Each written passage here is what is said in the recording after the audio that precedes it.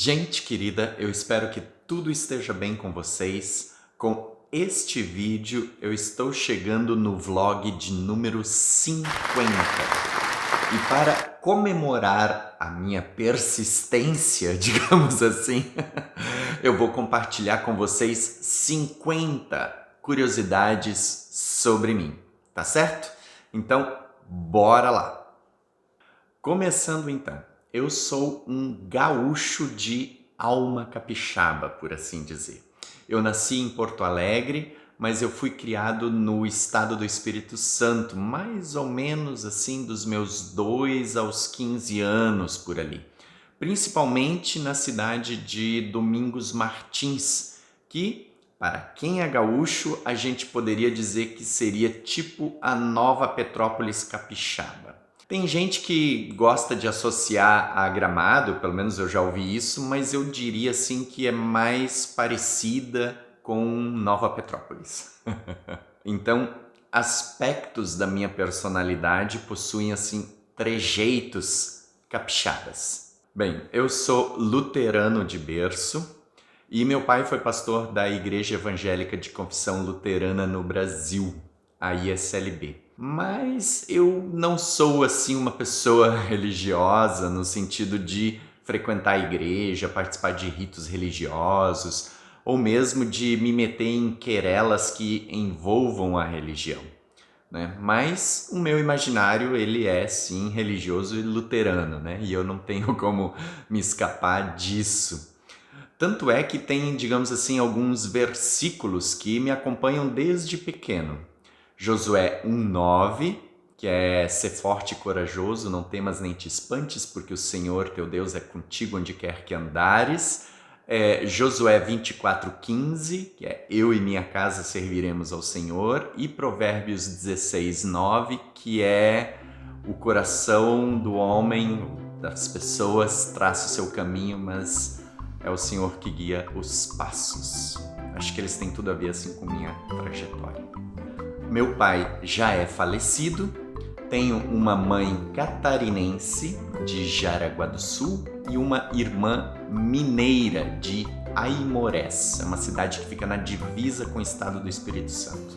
Bem, algumas curiosidades sobre minha infância e adolescência. Agora que as coisas começam a ficar vermelhas. Arquivo confidencial. Meu primeiro beijo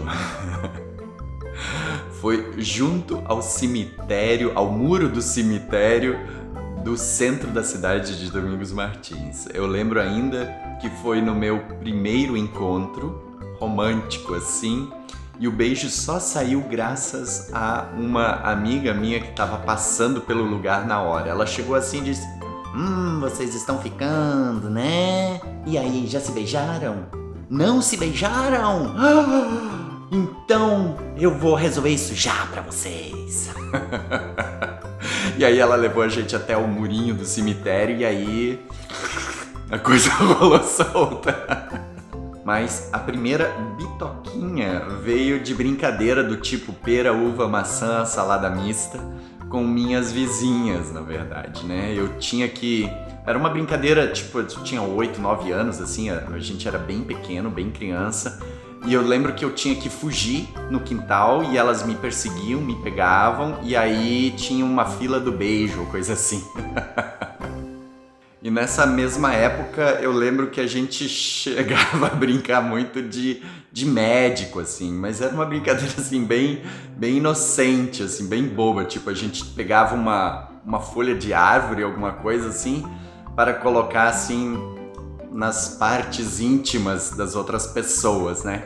Aí eu lembro até que uma vez eu me assustei porque uma das minhas amigas já tinha pelos na época, eu acho que ela era um pouquinho mais velha. Mas aí eu lembro que eu me assustei na época. E a propósito, né? Eu acho que eu sempre tive mais amigas do que amigos, né? Mas sempre foi uma lista, assim, né? Mas vamos para situações menos constrangedoras. Quando criança ou teenager, ali assim, na casa dos 10 já, eu participei de grupos de danças folclóricas alemãs, tanto no Espírito Santo quanto depois em Jaraguá do Sul, em Santa Catarina. cidade onde eu fui morar na década de 1990 e é a cidade onde a maioria dos meus familiares mora até hoje, assim. Mas tirando a dança folclórica e seus ritmos mais próximos, tipo polca, valsa, marchinha, eu tenho que confessar que tipo, sou um zero na dança. Eu sou muito travado mesmo, assim, então não curto dançar. E associado a isso, eu tenho que dizer que eu sou uma pessoa que enjoa muito fácil em viagens de ônibus, por exemplo, né? Eu me passo muito mal sempre. Isso desde pequeno. E aconteceu que em uma viagem de apresentação do grupo de danças folclóricas alemãs lá no Espírito Santo, se não me engano, acho que foi uma apresentação que a gente fez em Santa Maria de Jetibá, eu passei muito mal na volta e fui enrolando para ir no banheiro até que de última hora eu tive que abrir a janela, né? Naquela época os ônibus abriam as janelas e aí eu vomitei. O ônibus ficou assim com um rastro de vômito assim nas janelas, assim na lateral inteira. Eu tentei disfarçar o máximo e eu não sei se até hoje eles repararam ou souberam quem foi que fez aquilo. Mas foi constrangedor, assim, né? Eu olhei e fingi que não era nada, acho que ninguém prestou atenção na hora, assim, quando eu tava descendo do ônibus, mas eu fui conferir aquele rastro enorme lá. Bem, quando criança eu sempre fui uma pessoa bastante tímida, bastante introvertida e também era muito medrosa, assim, em diversas situações. Eu não sei se eu acho que em parte isso se deve a alguma herança que eu peguei de meus pais, e em outra parte eu acho que tem a ver com a criação no interior, talvez, não sei, mas a gente sempre acaba pegando algumas coisas assim. Eu sei que eu sempre fui assim muito tímido, muito reservado e medroso, assim, em diferentes coisas, né? Qualquer coisa eu, tipo, me assustava. E nessa direção, quando a gente se mudou para a cidade de Domingos Martins, eu tinha que ir para aula. Eu estava lá com 6 para 7 anos, né? E eu tinha muito medo de ir para a escola. E daí eu inventava tudo quanto é desculpa. Eu lembro de uma vez que durante a aula eu comecei a chorar, porque acho que aquela situação de estar lá na sala de aula com um monte de gente era muito estranho. Eu comecei a chorar e inventei que estava com cachumba e que tinha que ir para casa. Daí a professora me deixou ir para casa. Eu também me escondia em armários para que meus pais não me achassem, para que eu não precisasse ir para a escola.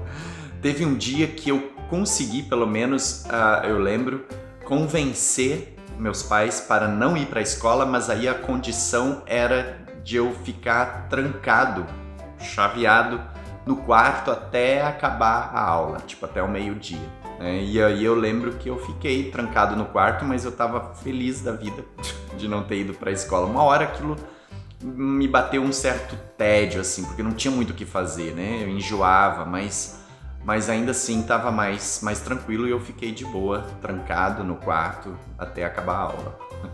Uma vez também eu furtei um brinquedo de um colega na escola, né, ou da escola. Eu acho que a criança estudava no contraturno, tipo eu estudava de manhã, a pessoa estudava à tarde, ou o contrário, e essa criança, nunca soube quem era, tinha esquecido um foguetinho debaixo da carteira, né, debaixo da mesa. E aí eu olhei aquilo e pensei, nossa, que legal, acho que as crianças até estavam brincando com aquele tipo de foguetinho, era uma coisa assim que você encaixava numa base, apertava um botão, já tô falando que nem capixabês, e ele subia assim um pouquinho e caía, né? E aí eu catei e levei para casa. Eu lembro que eu escondi isso numa área assim onde a gente tinha umas galinhas e eu ia lá escondido para brincar. E brincava com aquilo, até que, tipo, acho que o medo de eu ser descoberto de alguma forma me fez, acho que enterrar aquilo ou jogar fora. Eu sei que eu me desfiz do brinquedo depois de um tempo. E o fato é, na verdade, que eu era muito medroso e muito introvertido, né? Eu acho que o fato de eu ser tímido ainda potencializava isso tudo, né? E eu era tão introvertido que na 6ª série um guri uma vez me chamou certa vez de sapo, porque eu tinha que escrever uma resposta que a professora pediu no quadro e eu agachei, sabe, com os joelhos flexionados E a pessoa diz, o sapo, não sei o que, ou coisa assim, né? E eu lembro que eu fiquei tão chateado de ser bulinado que eu escrevi uma carta extensa de 1, 2 páginas. Eu não me lembro se eu entreguei para o pai desse meu colega ou se para o próprio colega. Eu acho que eu fui até a casa e entreguei para o pai da criança, assim, alguma coisa assim. E além do fato de eu ser introvertido e tímido, eu sempre entendi, eu acho que na época, que parte disso se devia ao fato de eu ser filho de pastor, né? E de haver um tipo de cobrança, né? Em parte familiar, em parte do contexto, né? De não fazer nada errado, né? Porque senão as pessoas iam falar, imagina o que as pessoas vão falar? Filho de pastor tem que ser exemplo, né? Então, isso me atrapalhou bastante em muitas coisas que eu queria fazer na época, assim. Eu acho que em parte criado, né, socialmente, familiarmente, com esse peso moral, assim, né? De fazer tudo certinho e tudo, né? Porque Deus está vendo. E eu lembro que, como filho de pastor, eu também tinha a obrigação, digamos assim, de ir sempre para a igreja, né? Eu tinha que sempre estar lá, em alguma forma. E às vezes, quando eu não queria muito, eu tentava subir assim no mezanino que fica logo na entrada, assim, tem uma escada com um mezanino comum nas igrejas. E eu subia às vezes lá para poder descer logo, né? Porque eu não gostava de ser exposto sempre, né? Das pessoas estarem me reparando todo o tempo, essas coisas assim. Minha família também teve 2 cães pastores, o Max e a Lessie. Na época eu era muito pequeno, o Max eu era bem pequeno mesmo, eu tinha de 2 a 5 anos, coisa assim. E a Lessie depois, ela tava com a gente até, assim, minha adolescência, né? Mas eu não cheguei a brincar muito com os dois, né? Com o Max, nem pensar, né? Mas com a Lessie, pouco eu brincava, mas ela ficava muito presa, assim, no quintal, né? E agora, por consequência, eu tenho 2 cães pastores, né? Uma pastora alemã e uma pastora canadense, né? Ou suíça. Né? A gente decidiu que ela vai ser canadense ao invés de suíça porque ela é mais afetuosa, né? E a gente tem essa vibe dos canadenses, enfim. E claro, a gente também tem uma misturinha indefinida, né? Que é a nossa anciã, a Ruby, né? E eu gosto bastante de brincar com todas elas. Bem, algumas curiosidades sobre engenhosidade. Eu recebi a correspondência de um programa de ciências da Fundação Roberto Marinho. Naquela época existia muito curso por carta, coisas que a gente fazia escrevendo cartas, né? E eu lembro que eu me inscrevi num esquema ali de receber experimentos para fazer em casa, né? E eu lembro que a gente tinha, né? Tinha que dar um nome para um grupo de ciências ou coisa assim. Aí eu lembro que eu dei o nome de Grucieseix, não sei porque eu gostava desses nomes estranhos, esquisitos, que era Grupo de Ciências Estudando e Aprendendo Entre Experiências, né? Então tinha, vira e volta eu recebia, quando a gente concluía uma determinada atividade, escrevia lá de novo para a Fundação Roberto Marinho e eles mandavam outra atividade, outra tarefa, tudo por correspondência, assim, era bem legal. Quando adolescente, eu tinha uma fixação, acho que eu sempre tive uma fixação, um fascínio por ser ator, por ser piloto de avião, mas eu acho que onde eu acabava me encontrando na adolescência, eu acho que sobretudo pelo fato de eu ser tímido e reservado, era na criação de histórias. Eu escrevia muitas histórias e eu fantasiava a criação de histórias a todo tempo, né? Como vocês puderam conferir no vídeo anterior, no vlog 49, quando eu falo sobre a história do Noturo, Guardião da Noite, né? Então, se você não assistiu, confere lá. Mas então, grande parte da minha adolescência era, tipo, viver no fantástico mundo de Yuri, né? E nessa direção, eu lembro que quando eu assisti Star Wars, eu e um amigo meu, a gente ficou pensando como nós poderíamos fazer um sabre de luz. E a ideia era colocar um vidro arco-íris, que a gente inventou na época, que na verdade é um prisma, na verdade, em uma lanterna. E eu lembro que eu saí pedindo pelo tipo de vidro, vidro arco-íris, pelas vidraçarias da cidade, mas não havia. E o mundo fantástico de Yuri era tão vívido que na 8ª série eu lembro que eu convenci um grupo da escola onde eu estudava a fazer um experimento do MacGyver, do seriado antigo do MacGyver, na feira de ciências. Só que o experimento, naturalmente, não deu certo, porque na série ele estava baseado em efeitos visuais, tipo, né? E eu não havia me dado conta disso na época. Daí o nosso grupo no final acabou sendo diluído e a gente entrou cada um em um outro grupo que fez uma represa em miniatura, assim. Bem, da 1ª à 7ª série eu estudei em uma escola pública na cidade de Domingos Martins. A 8ª e o 1º ano eu estudei no Colégio Salesiano Dom Bosco, em Vitória, aí com ajuda de bolsa, naturalmente, né? E o 2º e 3º anos eu estudei no Colégio Evangélico em Jaraguá do Sul, também, claro, com ajuda de bolsas, né? E um dos jogos preferidos de criança, né, meus, era brincar de fazer de conta. Então a gente brincava muito, eu e meus amigos, de inventar histórias de mocinho e bandido. Geralmente a gente amarrava a minha irmã. E para montar o cenário a gente fazia assim umas marcações no chão, né?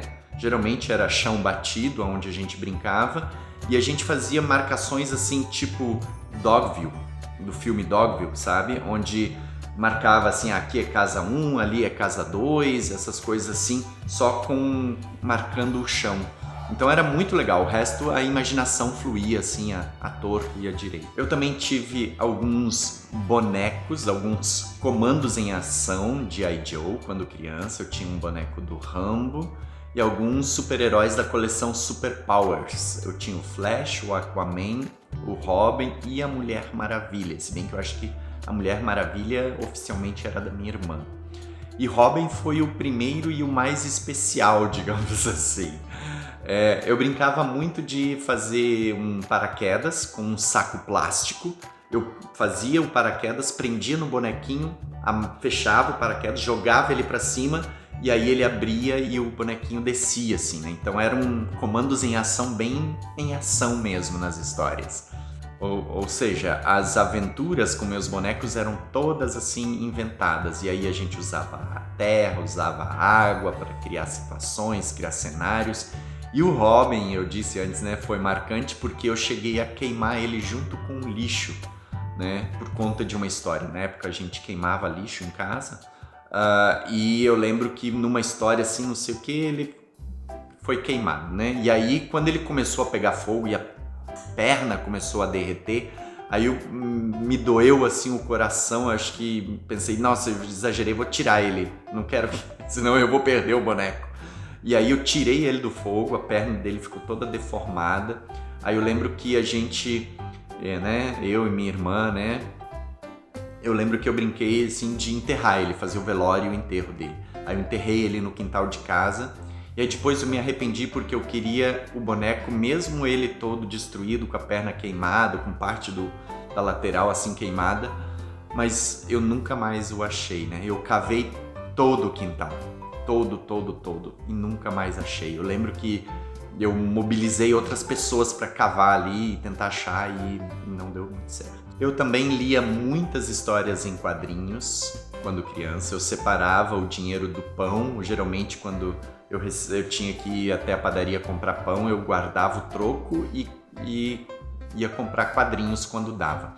Eu lembro de alguns quadrinhos emblemáticos que eu tive, como o casamento do Homem-Aranha, no número 100, lá pela antiga Editora Abril, a morte do Superman, que eu tinha assim naquele formato, né? Eu lembro assim uma quadrinização do Capitão América, né? Mas eu sempre fui mais decenalta que Marvelette.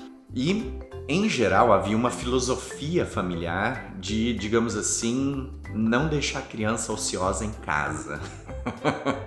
Então, quando criança, eu fiz aula de canto e coral, aula de piano, aula de teclado, inglês, alemão, aí fiz natação e dança folclórica, né? Muitas das atividades que eu fiz eram oferecidas pela Secretaria de Cultura, o museu, e eram bem acessíveis, né? Ou eram gratuitas, né? Algumas curiosidades sobre formação. Eu acabei me formando em teologia na graduação. Meu pai morreu muito cedo por conta de um problema de saúde, e uma das coisas que eu havia feito na época, assim, de adolescente ali, era uma promessa de que se Deus deixasse ele viver mais um pouco com a gente, eu acabaria estudando teologia, né? Então, mas acho que foi antes, na verdade, uma tentativa de buscar um norte durante um período de incertezas que a gente vivia. Eu podia ter feito artes cênicas, publicidade ou ainda qualquer outra coisa que lidasse com a criatividade de uma maneira mais direta, mas acabei na teologia. Lá também eu acabei fazendo depois mestrado, doutorado. Com o doutorado eu conquistei o prêmio CAPES de tese, que é, por assim dizer, o prêmio mais importante assim do doutorado, da pesquisa no país, né? Já que ele é um prêmio da CAPES, né? E é um prêmio por área, né? Então, meu prêmio CAPES é na área de teologia. E por uma pesquisa sobre histórias em quadrinhos, né? Fiz algumas especializações na área de educação, umas 3 na verdade. Fiz pós-doc em Ciências da Comunicação na USP. Publiquei meu primeiro livro em 2008 com a ajuda da Malvi Malhas, que custeou 100% o livro.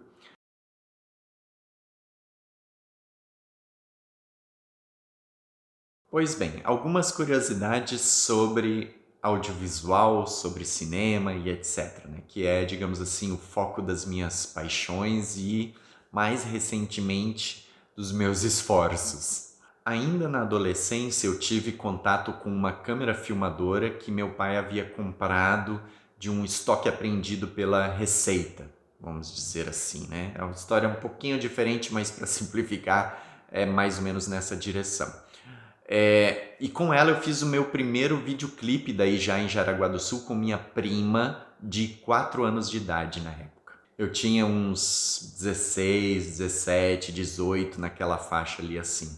O que eu fiz? Eu fiz diversos takes dela e depois, usando 2 videocassetes e aqueles cabos de áudio e vídeo, eu eu sincronizei, na verdade, o clipe do Bryan Adams, que estava no final da fita do filme do Robin Hood, que era aquela música Everything I Do It For You, e coloquei os takes da minha prima em outro videocassete, aliás, na câmera, e aí eram 2 videocassetes e a filmadora, né? Então, um videocassete que gravou a junção, um outro para exibir o filme e o outro e os takes da câmera, né? Então, com áudio e vídeo, juntei tudo e ficou muito legal. E depois eu acabei fazendo ainda um outro clipe de uma outra música com o meu primo também. Quando eu estive na Alemanha por conta de um intercâmbio da graduação, eu fiz cadeiras de direção de teatro no curso de artes cênicas da Ludwig Maximilians Universität, em Munique. Na Alemanha eu também lancei, por assim dizer, um CD amador com 10 músicas inéditas. O CD se chamava Yuri Somente para Você, né? Com o dizer alemão Yuri nur für dich. Eu vendi a 10 euros cada na época e com isso eu acabei bancando uma viagem para a França de carro. No Brasil, eu cedi o direito de uso de uma das músicas para uma cantora de Jaraguá, ou Guaramirim ali, e depois, com a mesma música, ela fez uma versão em italiano para um concurso. Também fiz cadeira optativa de vídeo na graduação, vídeo 1, vídeo 2. O produto final foi um roteiro de um curta sobre a formatura. Eu nunca cheguei a filmar aquele roteiro, nem sei se eu tenho ele mais, mas ficou muito legal. Pelo menos é o que minha memória está me trazendo, né? Minha família também teve durante 15 anos, mais ou menos, uma videolocadora, quase por assim dizer, a videolocadora mais badalada da Barra do Rio Cerro, em Jaraguá do Sul. Eu trabalhava lá nas férias, né? Mas era minha irmã que puxava mais a fundo com minha mãe. E sempre que eu estava trabalhando lá, eu passava o dia assistindo filme, indicando, fazendo avaliações. Então, minha tara por cinema e audiovisual, digamos assim, é parecida com a do Quentin Tarantino, de certa forma. A única diferença, eu acho que são as nossas referências fílmicas. O nome da videolocadora era Flash Video e a inspiração era naturalmente o Flash. Até o logo era baseado no personagem, né, que na época era um dos meus personagens preferidos, acho que particularmente por conta da influência do seriado estrelado pelo John Wesley Shipp, né, lá na década de 90, né, essa ideia de ter os heróis em carne e osso, né, não só em desenho. Também fui responsável pelo jornal informativo da videolocadora, que se chamava Flash News. Também fui responsável por um tempo, aproveitando o paralelo, né, pelo jornal do Grêmio Estudantil na faculdade, né, que se chamava CADES, o nome do Grêmio, e o jornalzinho se chamava Sem Censura. Participei já também de muitas peças de teatro, quando jovem, de forma amadora, e também cheguei a montar algumas peças com adolescentes, aí já mais velho, né? Meu primeiro curta se chama Um Vulto na Biblioteca e foi filmado todo durante a pandemia na biblioteca da Faculdade Zeste. E, para concluir, então, uma última curiosidade, eu já fui selecionado por uma diretora de elenco para participar de um teste de elenco para a segunda temporada de uma série internacional. Um dos requisitos da seleção foi justamente por conta da minha fluência em inglês. Infelizmente eu não fui selecionado, mas eu sigo cadastrado no banco de atores e atrizes. E claro, né, eu não posso comentar nem o personagem e nem a série e nem o streaming por causa de um termo de sigilo. Enfim, se você gostou desse vídeo, deixe aí o seu like, se inscreva no canal se você não for inscrito. Se você quiser mais vídeos sobre curiosidades ou momentos constrangedores da minha vida, aí eu posso pensar em fazer um segundo round, mas aí é importante que você deixe nos comentários, tá certo? Então eu vou ficando por aqui e a gente se vê então no próximo vídeo. E para encerrar assim bem com a fala que eu geralmente termino as minhas aulas, sigam sempre para o alto e avante, tenham uma vida longa e próspera e que a força esteja com vocês. Até mais!